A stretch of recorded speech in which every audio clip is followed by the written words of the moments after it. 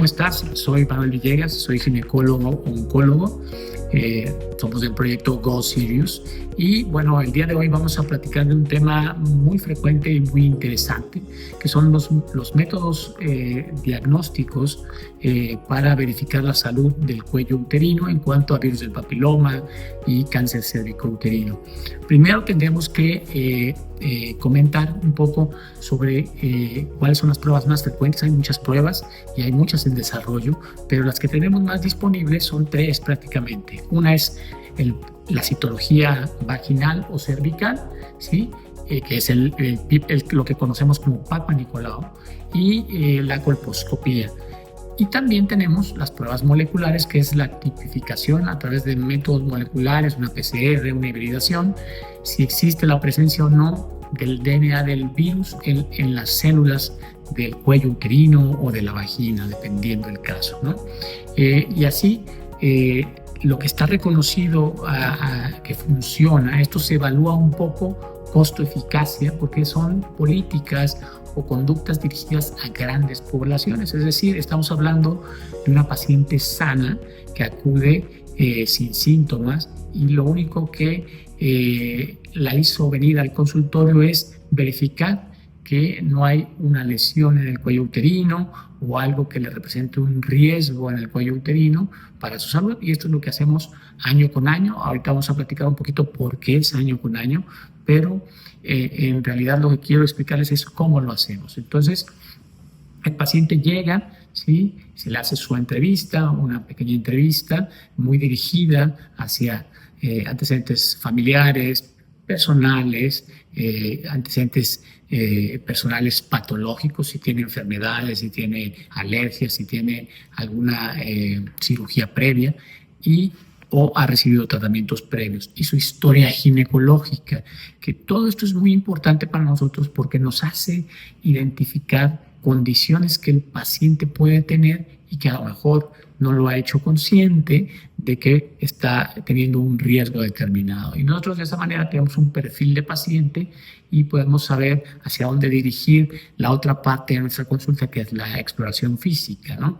Y la toma de pruebas diagnósticas o pruebas de tamizaje. En este caso, la prueba es de tamizaje. El Papa Nicolau o citología cervical o vaginal es una prueba de pesquisa, es decir, pacientes sanos que se consideran aparentemente sanos y que vienen y les tomamos pruebas para separar. Tamizar significa separar grupos, ¿sí?, que pueden estar en riesgo mayor que otros grupos. La prueba de eso se trata. No es una prueba como tal diagnóstica, sino más bien de pesquisa o tamizaje.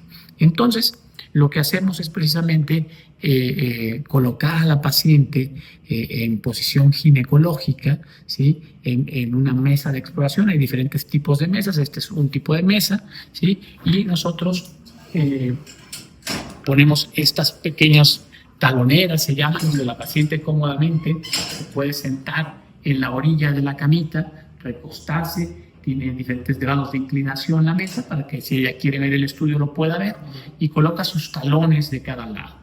Obviamente siempre está cubierta por una bata y una sábana, y solo la descubrimos al momento en que vamos a hacer la exploración, ¿no?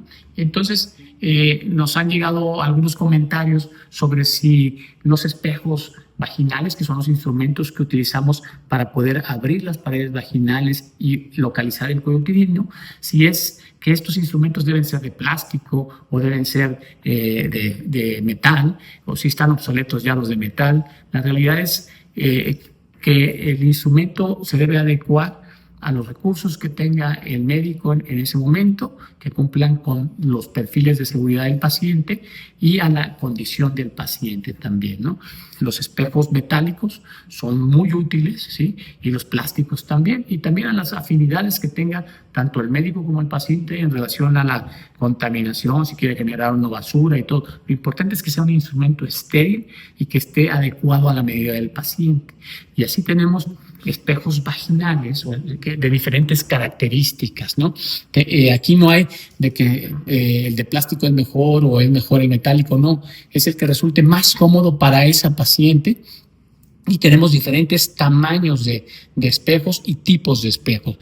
En realidad, Hay espejos convencionales que son más utilizados, que es como este, que es un espejo de Graves, se llama espejo vaginal de Graves. De estos tenemos de diferentes tamaños, hay espejos más largos, hay un poco más anchos, ¿sí? Hay más cortos, y tenemos otros espejos que se llaman espejos de Peterson, que como pueden ver es más delgado que el otro, ¿sí? La valva es igual de larga, pero más delgado.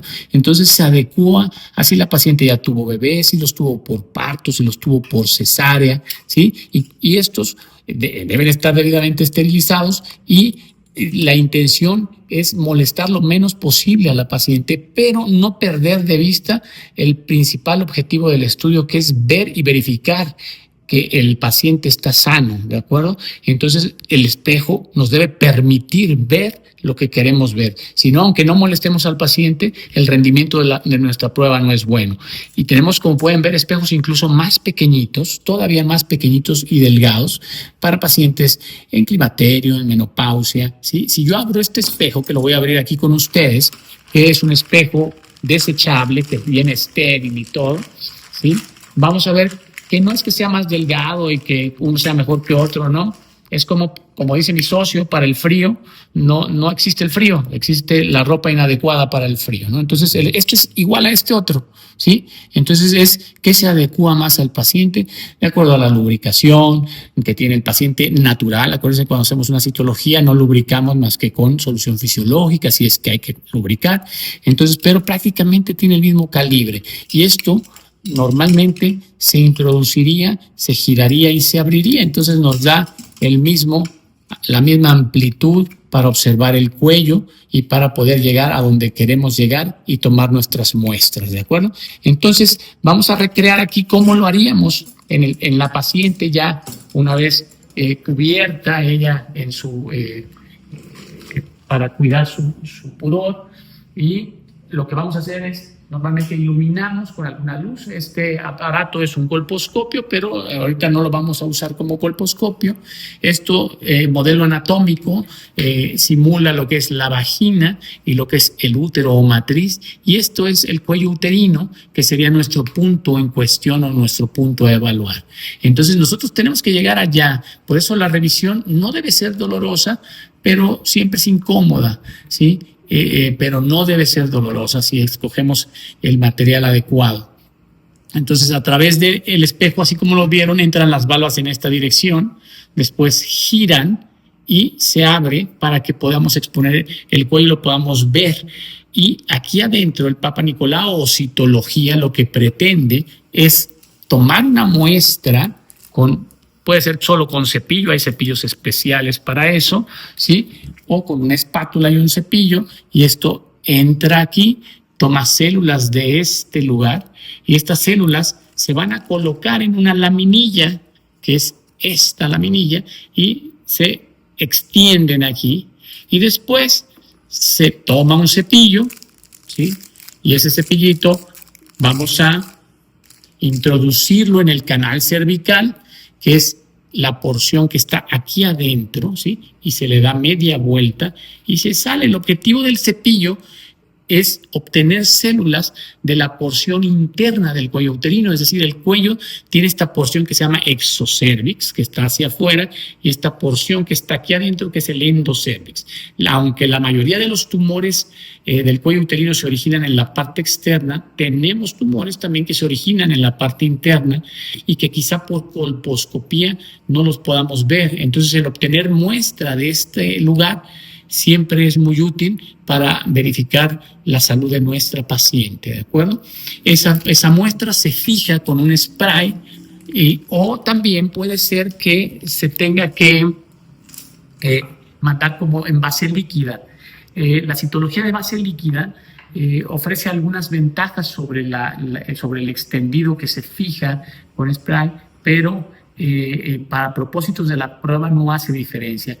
Como ventaja, quizá una de las más subrayables sería el hecho de que esa misma muestra podría utilizarse para hacer una captura de híbridos o una PCR si se toman como una citología de base líquida, en lugar de si solo se hace un extendido. Pero si no se va a hacer esa prueba, la realidad es que el rendimiento es el mismo. Ahora, ya hicimos esto esto nos sirve también para, de manera visual, inspeccionar el cuello uterino. En México, ¿sí? Aunque la recomendación es solo Papá Nicolau cada año, y es importante subrayar el cada año porque eso tiene una razón de ser, ¿sí? Generalmente en México lo combinamos con la colposcopía porque es muy accesible en costo y eficacia. Eso en un sistema de salud privado donde el tiempo nos permite hacer también además la colposcopía, que nos lleva alrededor de unos 5 o 10 minutos si todo está normal, ¿sí? Y el Papá Nicolau nos lleva menos de un minuto tomarlo en realidad, ¿sí? Entonces, por esas diferencias, como rendimiento de la prueba, ¿sí? La recomendación a nivel mundial es solo citología anual, una vez que la chica ha iniciado vida sexual, y de ahí hasta los 65 años, dice la recomendación, aunque puede extenderse esa vigilancia y lo único que puede es ampliarse también esa vigilancia en los periodos que no sean tan cortos como un año, pero es en ese grupo de pacientes y que previamente siempre ha sido sana, ¿no? Eso está basado en la expectativa o esperanza de vida. Luego hablaremos de eso, pero lo importante es que lo que necesitaría esa paciente sería únicamente la toma de su citología. Por accesibilidad al recurso, entonces nosotros también hacemos la colposcopía, que consiste en ver a través de un aparato como este, que se llama colposcopio, que no es algo nuevo, que tiene desde 1935, ¿sí? Pero que un tiempo, muchos años, fue abandonado y después se retomó alrededor de los 90 como diagnóstico, y ahí fuimos aprendiendo mucho al respecto del virus del papiloma y de su relación con el cáncer cervicuterino, hasta que en 2008 el doctor Sulhausen fue el que vinculó la relación entre el virus del papiloma humano, ¿sí? Bueno, más bien en 2008 recibió el premio Nobel por esa razón. Los estudios vienen de tiempo atrás, de los 90, y él descubrió ese vínculo que hace que nos decía que el virus del papiloma era el causante del cáncer cérvico-uterino, ¿de acuerdo? Entonces, eso fue un gran paso porque es de los pocos cánceres que su etiología o su origen está muy reconocido y es prevenible antes de que en realidad sea un cáncer. Y de eso se trata todo esto. Entonces, el colposcopio pretende visualizar, ¿sí?, el cuello uterino a un gran aumento con este aparato y aplicar ahí primero solución fisiológica para ver si los vasitos que hay ahí dentro se dilatan o no se dilatan y se ven normales o anormales. Después se pone un filtro, que es un filtro para todavía más exagerar los vasos, un filtro que nos ayuda a exagerar los vasos y que sean visualmente más evaluables o más valorables según su aspecto. Después de eso, ahí colocamos con una torunda, un pedacito de algodón con una pinza, ¿sí? Y el algodoncito lo pondríamos en la punta de la pinza, y esto lo que haría es llevar ese algodoncito hacia la zona y poner ese líquido ahí que es acético al 2 o al 5%, ¿sí? Y observar a través del aumento si en realidad hay un cambio en ese epitelio o no que sugiera que existe una lesión por el virus del papiloma humano. O sea, no una infección nada más, sino una infección por el virus, una lesión por el virus en el epitelio que recubre este tejido, ¿de acuerdo? Y después ponemos otra sustancia que es Lugol, que es yodo, y también untamos, la aplicamos en el epitelio y vemos cómo reacciona ese epitelio.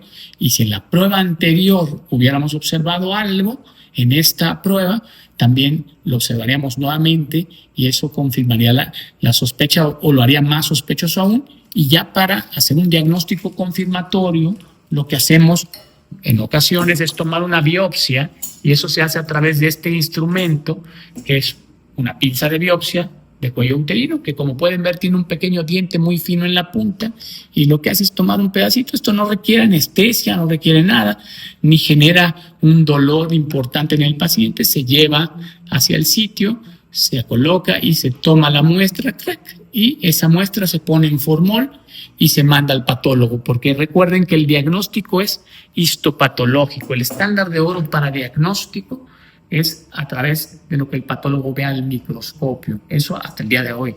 Esta información obviamente puede estar sujeta a cambios, pero eso nos daría la primera directriz para saber cómo debemos vigilar o cómo debemos tratar a esa paciente según el tipo de lesión y el grupo de edad al que pertenece. Y así, con eso, cubrimos la mayor parte de lo que tendría que hacer la chica para lo relacionado con virus del papiloma y cáncer cervicouterino. Hay otras pruebas que también se pueden tomar con un cepillito en el interior, que son las pruebas moleculares. Las pruebas moleculares son aquellas que nos tipifican. Primero nos dicen si existe o no la presencia del DNA, del virus del papiloma humano, y qué tipo de virus del papiloma humano es el que está presente. Ojo, no nos dice si hay lesión o no, nos dice si hay infección, si está presente, pero no necesariamente está presente y causó daño. Por eso no es sustituible por esa prueba en pacientes, sobre todo en edad reproductiva, ¿sí? No sustituye estos otros métodos de los que ya hablamos.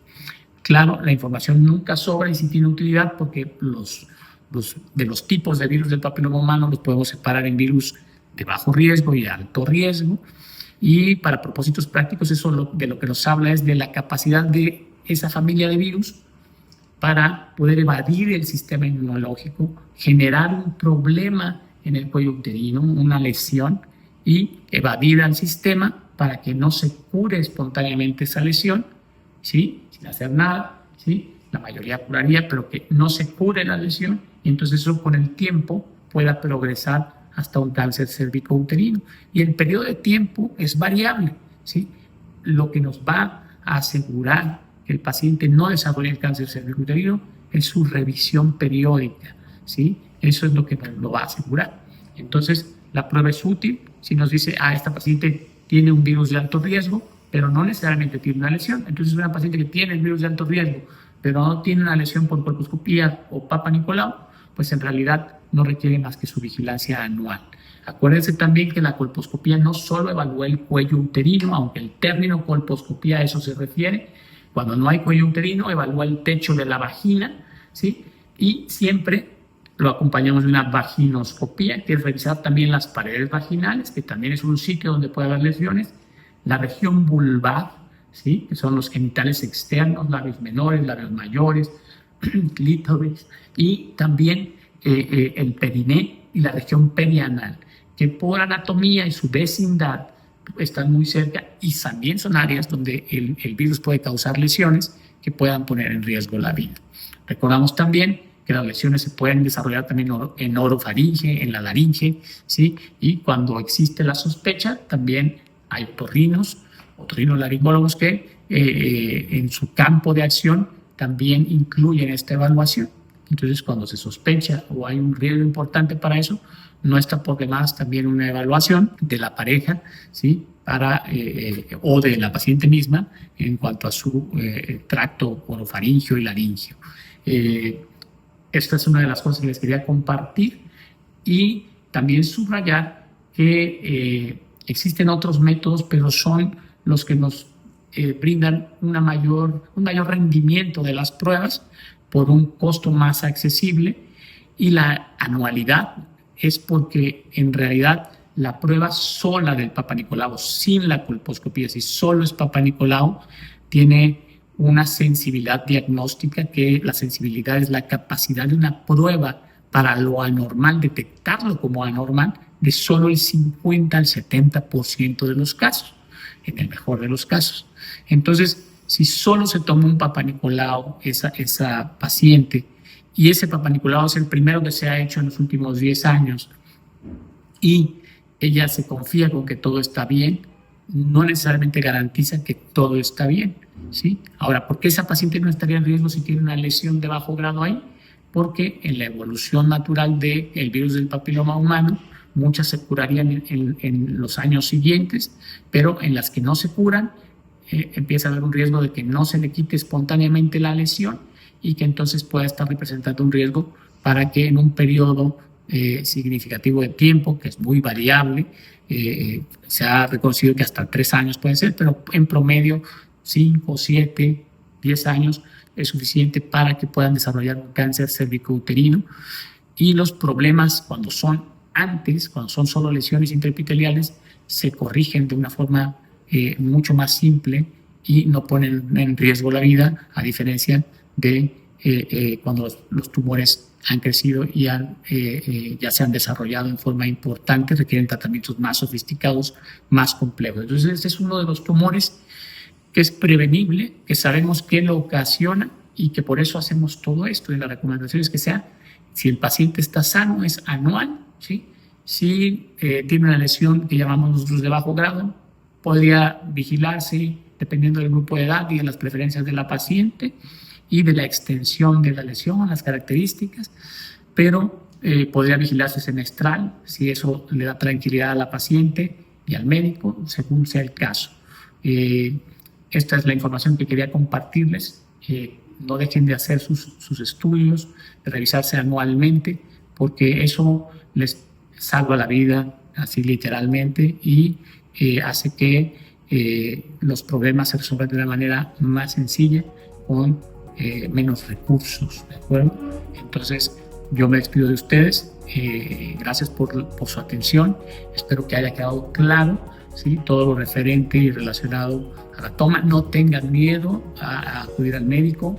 No es doloroso, es solamente incómodo, no es parte del pasado, sigue siendo vigente, ¿sí?